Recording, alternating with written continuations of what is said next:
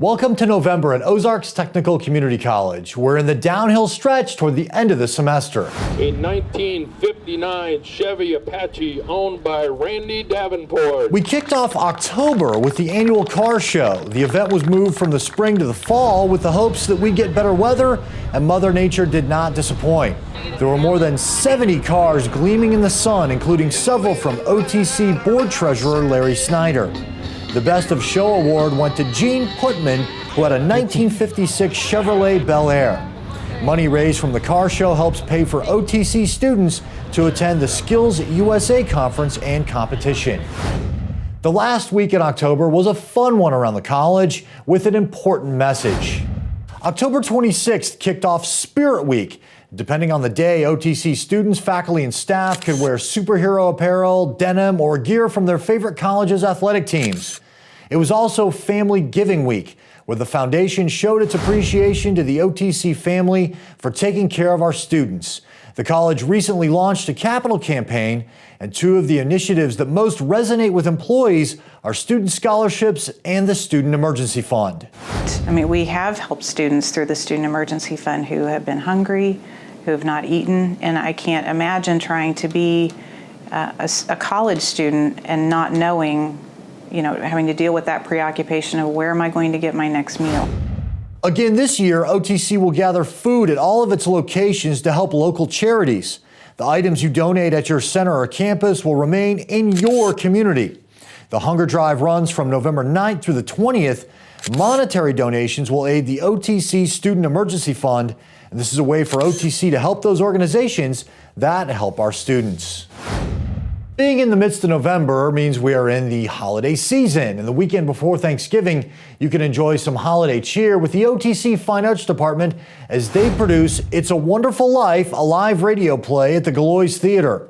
The play kicks off Friday, November 20th with a showing at 7:30, same time on Saturday, and Sunday there's a matinee at 2:30 in the afternoon. All shows are at the Galois in downtown Springfield, and it's free for OTC students, faculty, and staff. At the October board meeting, a dental hygiene alumna told the Board of Trustees how attending OTC changed her life. Here's Christy Christian's story in her own words.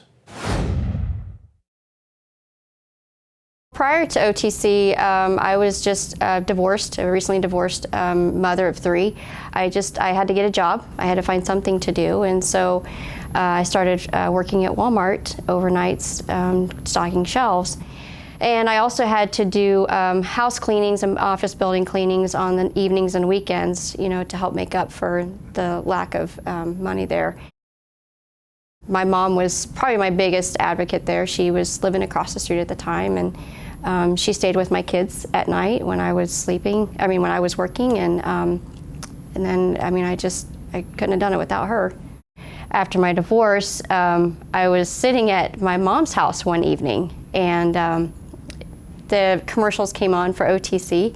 All these things were scrolling, and then I saw dental hygiene, and I sat up and I looked at the screen and I was like, is that right? That's something that I could, go back to school for and not have to keep working at Walmart overnights. I came actually to the school to find out, get more information on it, and I walked out of OTC scheduled for classes, which was not even my plan. It was very difficult. I worked 5 days a week. I had to work 40 hours at Walmart, and they were 5 days straight. I worked from 10 at night to 7 in the morning, and then my mom would bring my kids to Walmart. I would take them to school, and then I would come here to OTC, and I would go to my classes here. I averaged 3 hours of sleep a day, and I slept from 6 o'clock in the evening to 9 o'clock. She was my strongest support, and when she was diagnosed, it was tough. The journey of going to school and working and caring for the 3 kids just became a lot harder. When she passed away November 20th of 2011, right before Thanksgiving, I was thankful for her that her struggle had ended, but then I knew that a different journey for me and my kids was headed, was going to be different. It was just going to be different. I was so close to finishing, and the instructors, the director here, my classmates, everybody was so encouraging. I couldn't have done it without the encouragement from the people here at the dental hygiene program. I lost my mom, but I gained a whole bunch of other people, in my life and in my kids' life. I walked across that stage and I just looked up. And I said, "We did it, Mom. We did it. I got through it." Just to have a job that I go to and I love it. Say, hey, I want to get up and go to work because I like what I do. Doing really well. Life is completely different. In the past 5 months, on April 24th, the day my mom got diagnosed, we got married. And so I've been married about 5 months. It can be done. If you put your heart and mind to it, it can be done.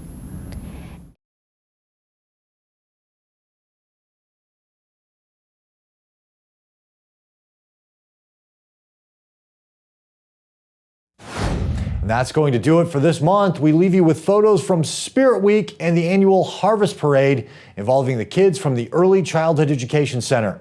Enjoy the photos, happy Thanksgiving, and until next time, I'll see you around the college.